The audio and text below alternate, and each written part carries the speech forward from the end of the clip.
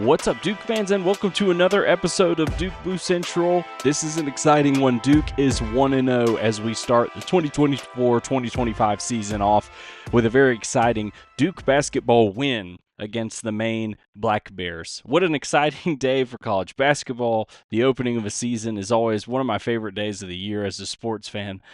Getting to finally watch the team we've speculated about all offseason in a real game. We got blessed a little this year with a couple of scrimmages that were televised.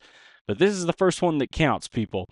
And it was awesome getting a chance to watch these guys play on the floor. And it was, honestly, a lot of the same than in the scrimmages we saw.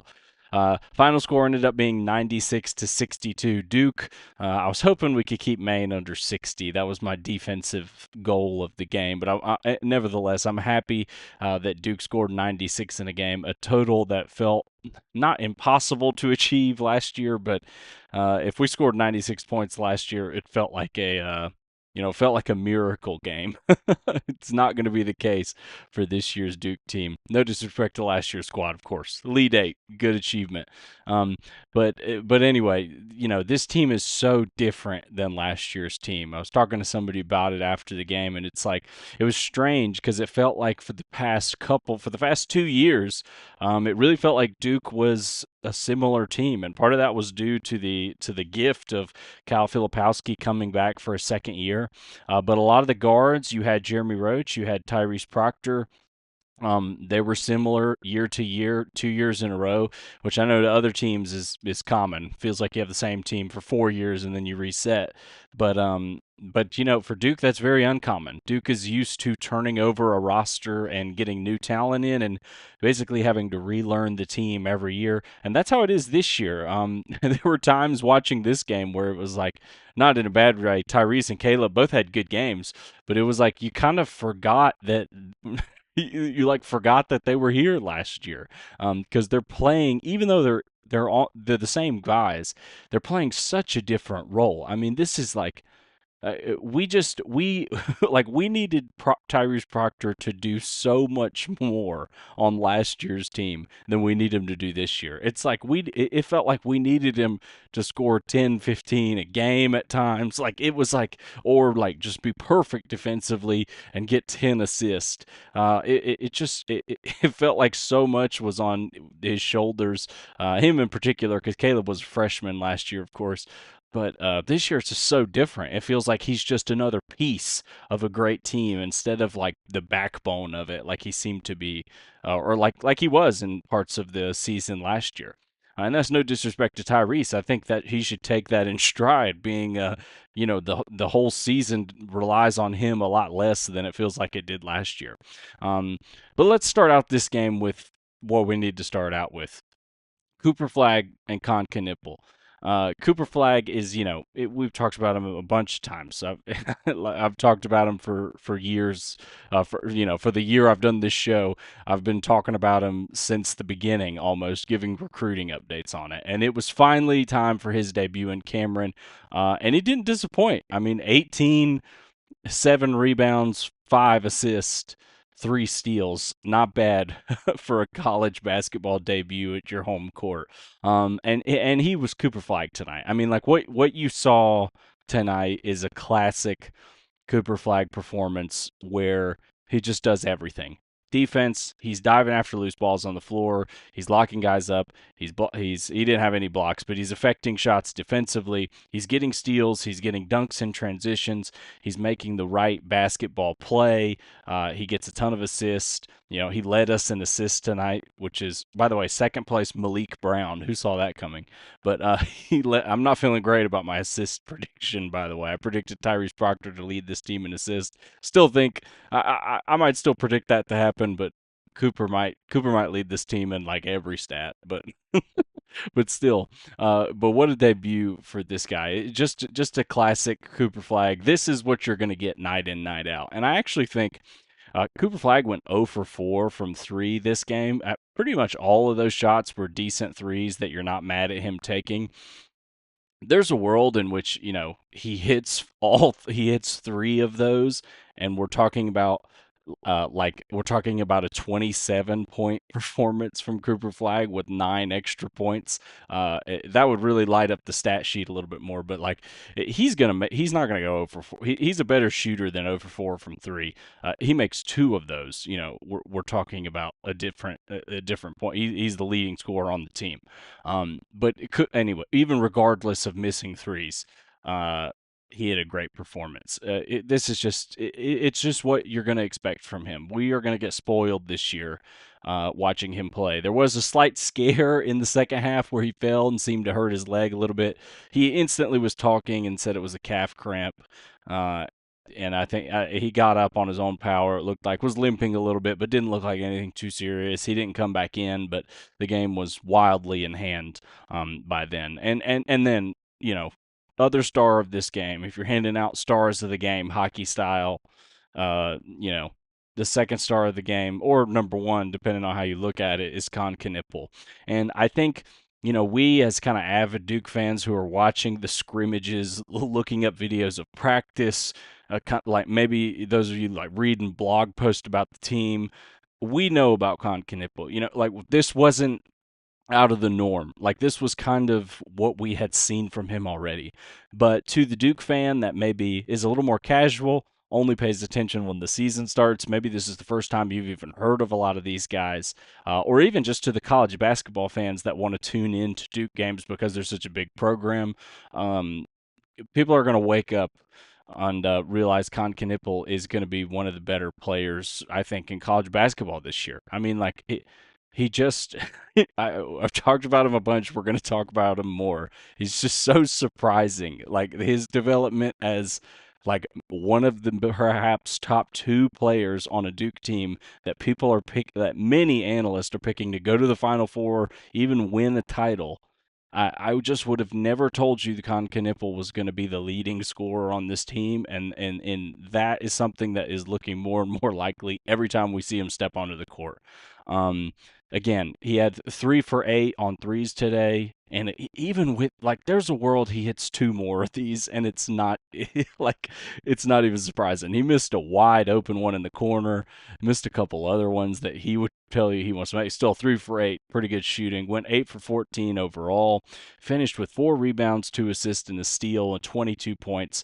Was the leading scorer of the game, I believe. Yeah, was the leading scorer of everybody. But listen, these two guys play so well together. Their games complement each other so much. It's just I don't know if you could have picked a better guy to pair with Cooper. This is kind of like, and I said this in the previous episode, when I would, wish that Cooper could play with Jared McCain, because imagine Cooper being able to dish out at a guy that can shoot the ball at that clip.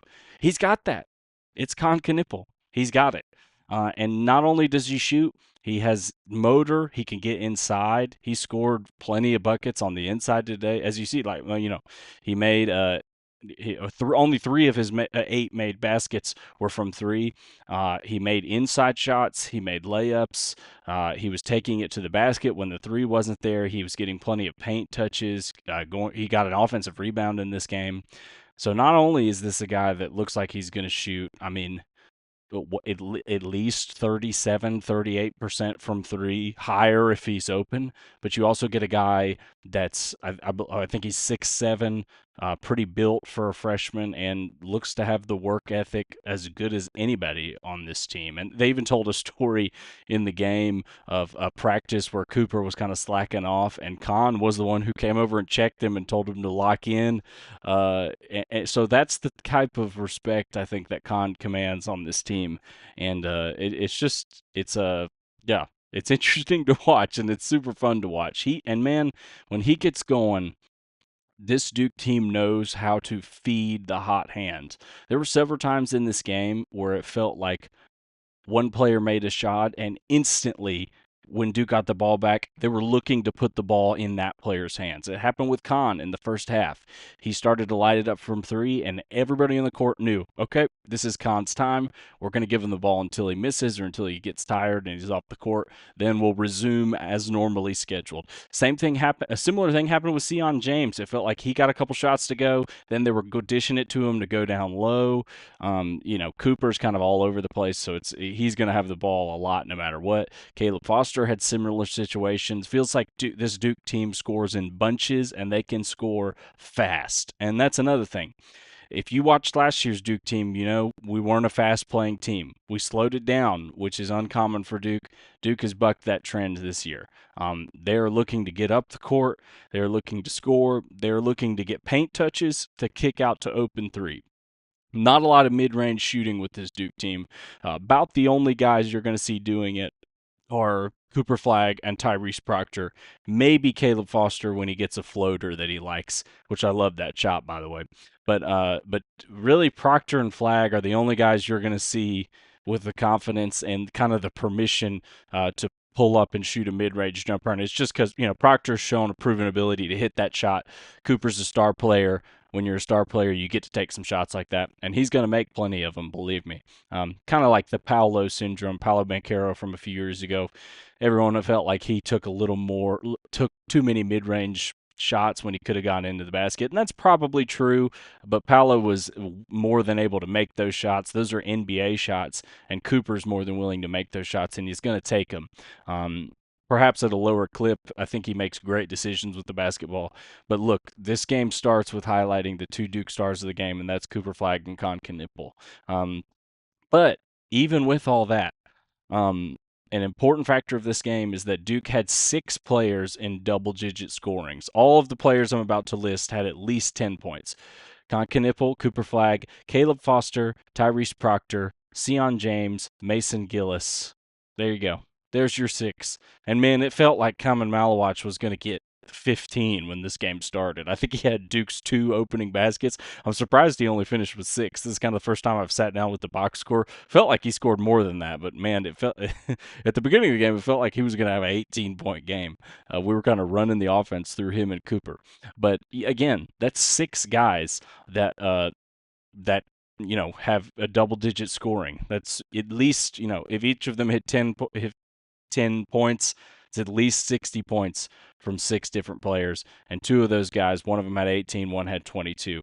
An important number to highlight that. If you were watching this game, guess in your head what you think the bench points were.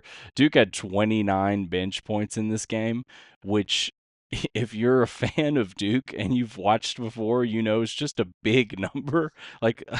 And I think what's wild is that is gonna be a consistent number for us. I can imagine Duke is gonna have a lot of games where we have 6 guys in double digits or close to it.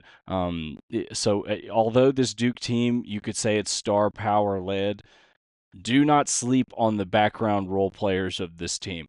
Caleb Foster will have a game this year where he scores 20. Proctor will. Malawach will, I think. Sion James could. Mason Gillis, if he gets hot from 3, you never know what's going to happen.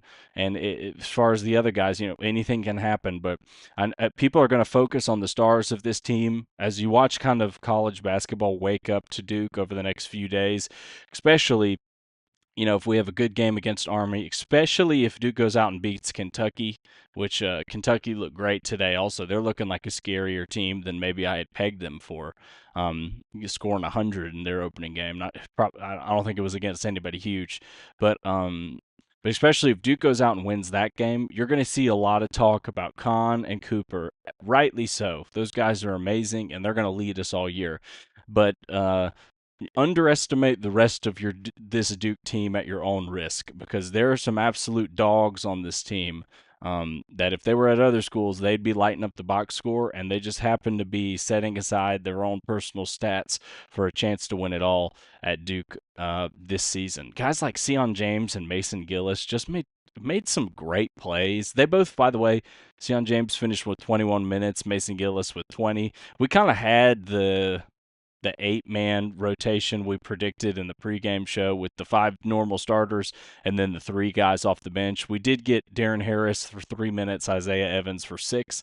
Isaiah came in this game actually quicker than I thought he would. He ended up not scoring on the night. Darren Harris ended up with 6 after making a 3 and then making a couple of free throws. But again, that it's kind of the rotation we thought it was going to be. It looks like this Duke team, at least for now, is going to go 8 deep. Interesting side note too. I talked about before. Common Malawach, I think, was the one freshman you could consider not starting at the beginning of the year, maybe putting Malik Brown in there. Common did start this game, which I think is a good sign for him that, Shire feels like he's ready now.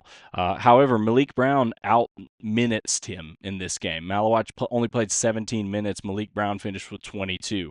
Only 2 points from Malik Brown, but he pulled down 7 boards. He got a steal. He had 4 assists. Some really nice passes. That's something I didn't talk about at all. Maybe I just forgot how good of a passer Malik Brown is. But it's great to have 2 big men out there that are pretty good passers. Malawach is a good passer as well. But Malik Brown just has so many winning plays, and it's easy to see how I would have anticipated him maybe starting the year at the 5 spot, but I understand that Malawach's size is just impossible to replace. Hey, by the way, he finished with 3 blocks today and affected even more shots. That's something, but just get used to that. But yeah, like I said, people are going to talk about the stars of the team, the freshman talent, but behind that freshman talent is experience, and it's so nice compared to previous years, having like really experienced guys that know their role on this team and are happy to accept that role, and even that we're not necessarily relying too much on. Like we had Ryan Young in the past 2 years, who had great experience, but I think every Duke fan listening would say at times you maybe relied on him to do too much or do something that just wasn't in his natural ability. That's not the case with a guy like Mason Gillis on this year's team, who ended up with 10 tonight, 2 for 4 from 3. And there will be nights that he'll shoot the lights out from 3. He is not, Mason Gillis is not, we're not going to call his number to score 10, 15 a night. There could be games where Mason Gillis doesn't score at all, and Duke has an incredibly efficient scoring on offensive night. And he just locks up on defense and makes the right pass and makes the right play and finds guys in space. Nobody really, besides the real stars on this team, nobody is really being called upon to do too much out of their role, which I think is a significant development compared to some of the Duke teams of old. Like I said earlier with Proctor, it felt like last year we relied on him to be the captain point guard that never made a mistake and that could get to the basket at will. And you had to score 10 points, Tyrese, or we're losing the game. It just doesn't feel like almost anyone on this team is like that. And that comes with this transfer experience, guys. There were times in the first half where Duke looked to just be settling in a little bit, and it's great to be able to turn to guys like Malik Brown, Mason Gillis, and Sion James, who have done it before at a really high level. Malik Brown in the ACC, Mason Gillis being the Big Ten six-man of the year, and even a guy like Sion James, who, yes, was at a lower conference, but played at an extremely high level. I think averaged 14 a game last year, knows how to get it done, and they're just really good calming presence guys to have out there on the court when things aren't going your way. They're rarely going to mess anything up for you. They're almost more than likely, especially on the defensive side, going to make the right play and at least give you a shot on offense at hitting a big shot. So it's just nice to have that experience. I want to highlight a good coaching moment in this game. In the first half, Duke was actually losing the rebounding battle, which is hard to believe with how big Duke is. Final stat for that, by the way, Duke out-rebounded Maine 40-27. That was a huge stat in this game. Not just that Duke won by that much, but the fact that they were losing the rebounding battle at half and ended up winning it handily tells me that that was a big part of Shire's halftime speech. And I think that was confirmed by a post-game interview with Kon Knueppel. One of the things he highlighted about how the team could get better. First, one of the first things he said was we were losing the rebounding battle at half. And I don't think you know that unless your coach harps on that. And there was a moment in the first half where Shire was getting pretty pissed on the bench, and it was actually I think it was at Cooper Flagg. It was one offensive putback that Maine got where Cooper kind of was standing there and didn't even contest the rebound, and they cut to Shire, and you could visibly see him upset on the sidelines. And look, that's a freshman play for Cooper. He'll make that play. He's a high effort guy, and everybody watching knows that. But those are the type of coaching moments that is going to take this team from being a good, talented team to being a championship contender team. Because to win a title, you have to have more than just raw talent, which this Duke team has in spades. You have to have the discipline to do the small things really well that all of the experienced teams are good. When you get in the tournament and you play Houston, they're not going to have as much talent as you, but you bet your butt off that they're going to hustle after every loose ball and they're going to try to beat you up on the boards. And if you don't have the discipline to go after the balls like that early in the season, you're not going to have it later. So just to highlight a good coaching adjustment, I've always felt like Shire made good halftime adjustments, and I think he's a really good strategic head coach. That might be his, other than recruiting, which is it is a part of coaching, but not in season. But his mind as a strategist, I've always felt was kind of his biggest leg up as a coach. I do think he sees the game really well, and more times than not, the things he does at halftime work. And obviously, whatever he said to them specifically about the rebounding really worked. You end up beating them by 40 to 27 when you were losing at half. Want to say too, the 3-point shooting was well today. Maine kept this game close in the first half. It was only an 11-point lead at half, which it felt like Duke was ahead by more than that. Maine hit some really good mid-range fadeaway shots to stay in this thing. They also went 17 for 18 from the free throw line. They only missed one free throw in this game. By the way, Duke went 15 for 20. That's pretty dang good.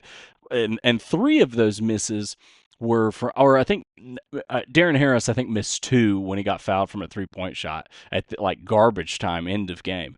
Good free throw shooting from both teams tonight, but Maine with those free throws and with hitting some really difficult shots, was able to stay in this. That's kind of like vintage underdog team comes into Cameron. It feels like in the first, especially in the first like 10 minutes, they're always going to keep it competitive by hitting these like tough mid-range jumpers that, they shoot it. And I'm thinking as a Duke fan, like, oh, that's a good shot to make them take. And then like all of them go in. That's kind of how it was in the beginning.